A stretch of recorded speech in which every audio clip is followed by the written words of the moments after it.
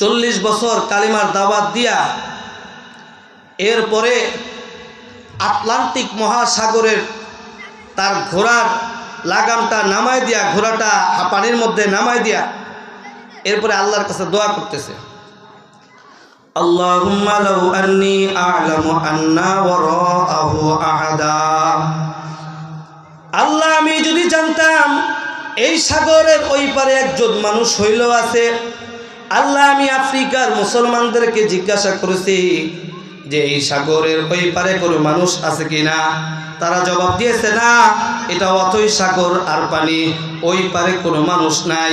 আল্লাহুম্মা লাউ আন্নী আ'লামু আন্না ওয়ারাআহু আহাদা।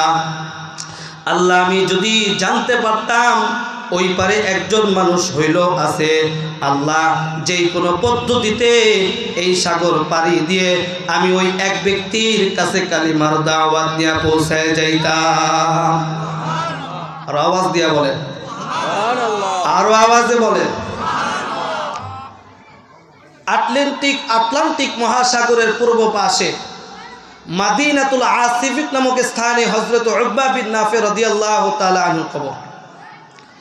চীনের বিখ্যাত সাহাবী হযরত উসমান বিন আব্বাস রাদিয়াল্লাহু তাআলা আনহুর কবর। জর্দানে যায়েদ বিন হারিসা, জাফর তৈয়ার, আব্দুল্লাহ বিন নওয়াহা বিখ্যাত 3 জন সাহাবীর কবর এখনো অক্ষত রয়েছে। তুরস্কের রাজধানী আঙ্কারায় হযরত আবু আইয়ুব আনসারী রাদিয়াল্লাহু তাআলা আনহুর কবর। মিশরে হযরতে আমর ইবনুল আস রাদিয়াল্লাহু তাআলা আনহুর কবর। ইরাকে হযরতে আব্বাস রাদিয়াল্লাহু তাআলা আনহুর কবর।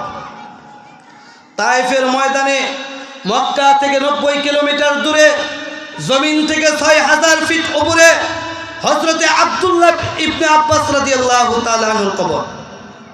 বুসরায় হযরত আনাস রাদিয়াল্লাহু তাআলা আনহুর কবর। কুফায় হযরত আলী রাদিয়াল্লাহু তাআলা আনহুর কবর। দামেস্কে হযরতে বিলাল হাবশী রাদিয়াল্লাহু তাআলা আনহুর কবর। আরব সাগরের পারে হযরতে আবু আব্দুল্লাহ রাদিয়াল্লাহু তাআলা আনহুর কবর। উহুদের পাহাড়ের ময়দানে 70 জন সাহাবীর সাথে হযরতে হামজা, হযরতে হানজালা, হযরতে আমর ইবনে জামুর রাদিয়াল্লাহু তাআলা আনহুর কবর। আফ্রিকার জঙ্গলে সোমালিয়ায় হযরত ফজল বিন আব্বাস রাদিয়াল্লাহু তাআলা আনহুর কবর।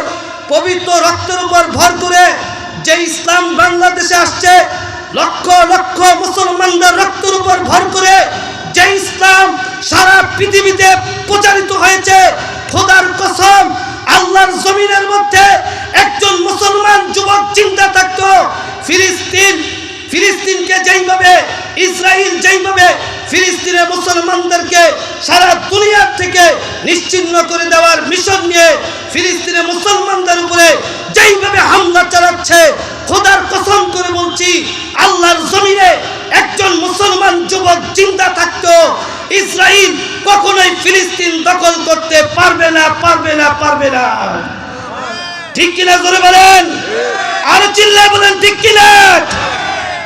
মোহতারাম হাজরিন, এই হলো যুবকরা, ইসলামের জন্য তাদের ত্যাগ, তারা ইসলামের জন্য কি করেছে। এইবার শুনেন, এই বাংলাদেশে মুসলমানদের যুবকরা এই দেশের জন্য তারা কি করেছে। 1947 সালে এই যুবকদের মাধ্যমে ব্রিটিশদের পতন হয়েছে। 1951 সালে ভাষা আন্দোলন হয়েছে। 1969-এ গণ অভ্যুত্থান হয়েছে। 1971 সালে স্বাধীনতা বিপ্লব হয়েছে। 1994 সালে তসলিমা নাসরিন যখন আল্লাহর কালামকে যখন অস্বীকার করেছিল, আল্লাহর কালামের যখন বিরোধিতা করেছিল, আল্লাহর কালামকে যখন তসলিমা নাসরিন ভুল বলেছিল, তখন এই দেশের যুবক মুসলমানরা তারা এমন রাজপথে হুঙ্কার দিয়েছে, এই সেই হুঙ্কারে তসলিমা নাসরিন এই দেশ থেকে রাতের আধারে পালাতে বাধ্য হয়েছে। কথা বলেন ঠিক না বেঠিক।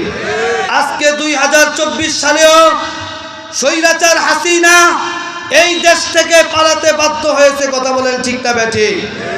মোহতারাম হাজরিন, এই যুবকরা যখন ইসলামের পথে আসবে, যখন এই যুবকরা যখন কোরআনের পথে আসবে, এই যুবকরা যখন আল্লাহর নবীর পথে আসবে, তখন এই দেশে কালেমার পতাকা উত্তীর্ণ হবে। আওয়াজ দিয়ে বলেন কথা ঠিক না ব্যাঠিক?